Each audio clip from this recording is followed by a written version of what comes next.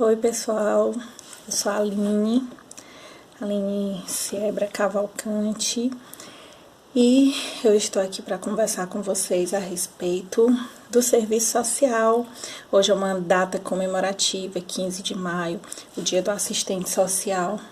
E aí eu vim conversar com vocês um pouquinho das minhas percepções, da minha experiência com o serviço social, como foi que iniciou a questão de eu ter escolhido o curso, e eu também fiz o curso EAD, então eu gostaria de compartilhar com vocês algumas nuances da minha carreira, certo?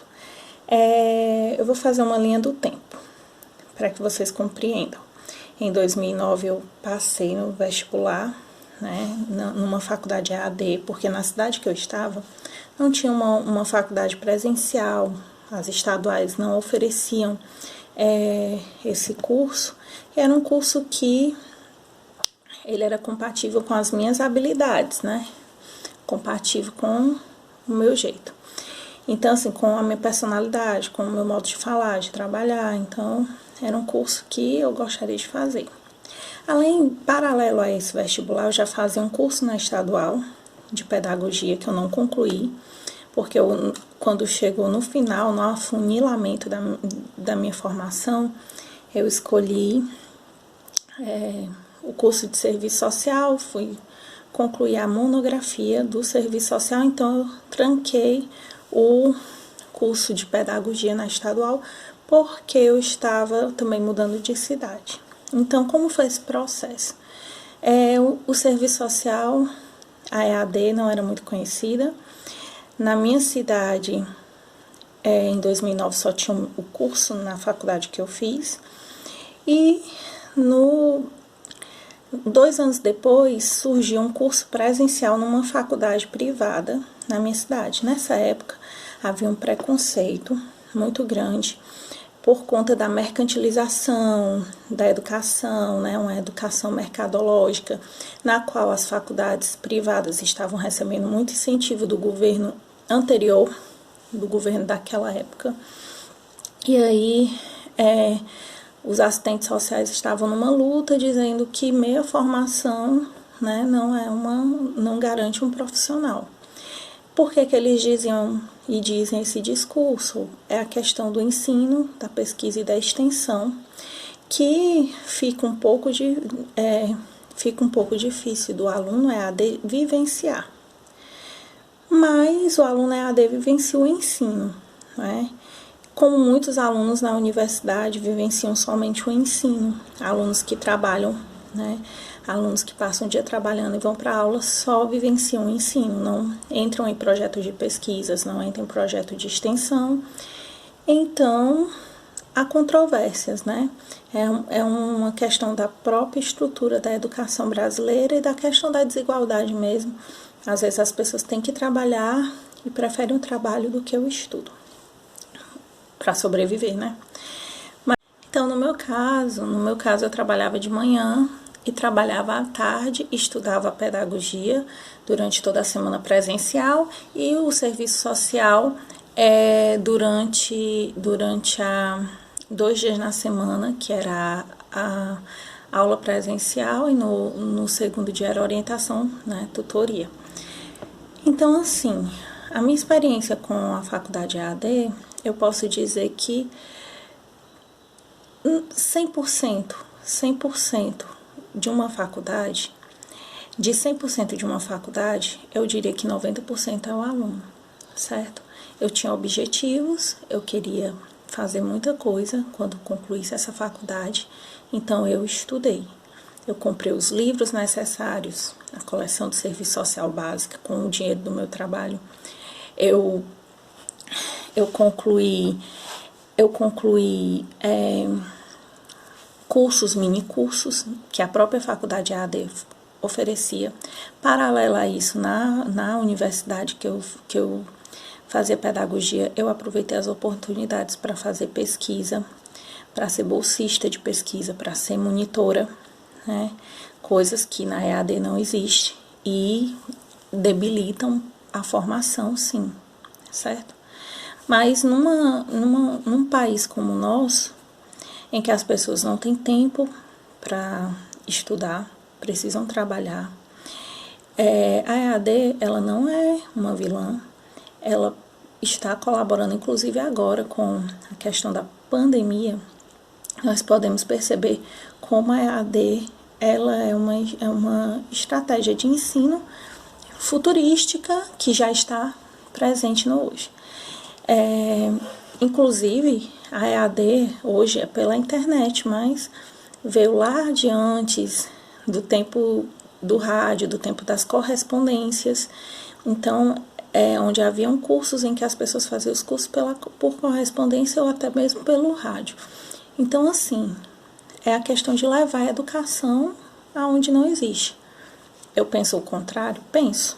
Penso que o governo poderia investir nas universidades federais do mesmo jeito que ele incentiva tanto as universidades privadas e fazer com que todos tivessem direito a uma vaga, né? Lógico, meritocraticamente você tem que passar, você tem que saber. Só que há um déficit na educação como um todo. Começa lá na base. As pessoas não têm uma educação de qualidade.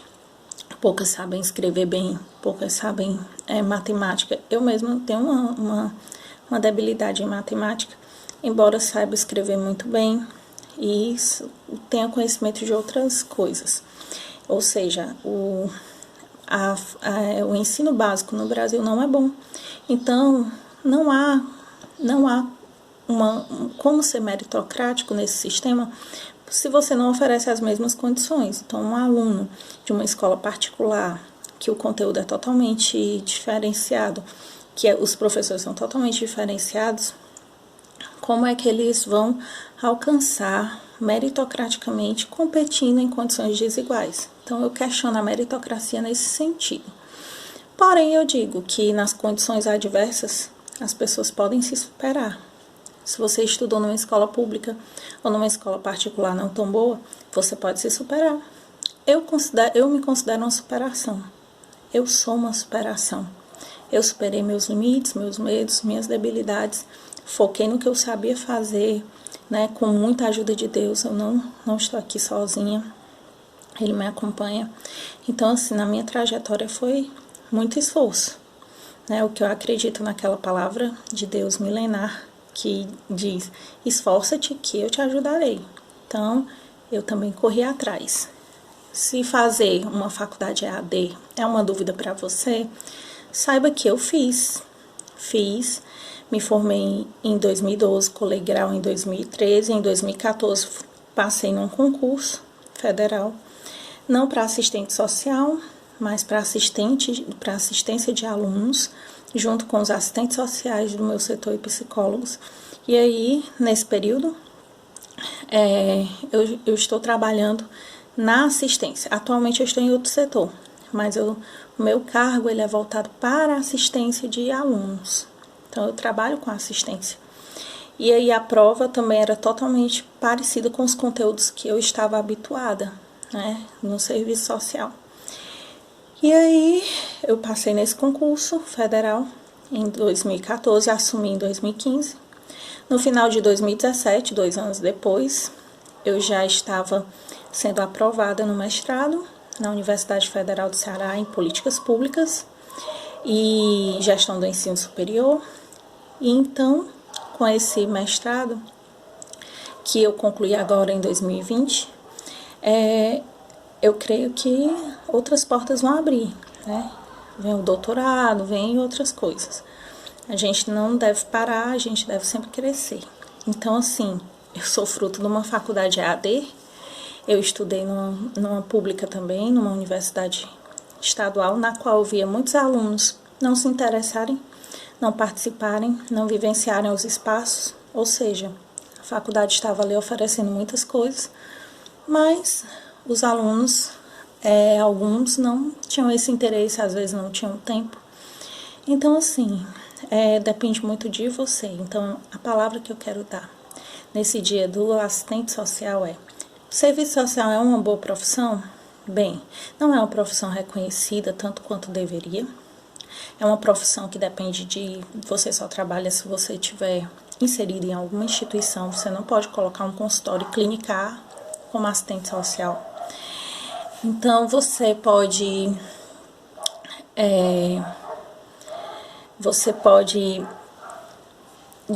se superar nessa profissão? Pode, se você estudar, se você for um diferenciado, né? Se você comprar o material, se você estiver sempre assistindo vídeos como esse, conversando com pessoas que são formadas, pessoas que já estão no outro patamar e que podem te agregar alguma coisa.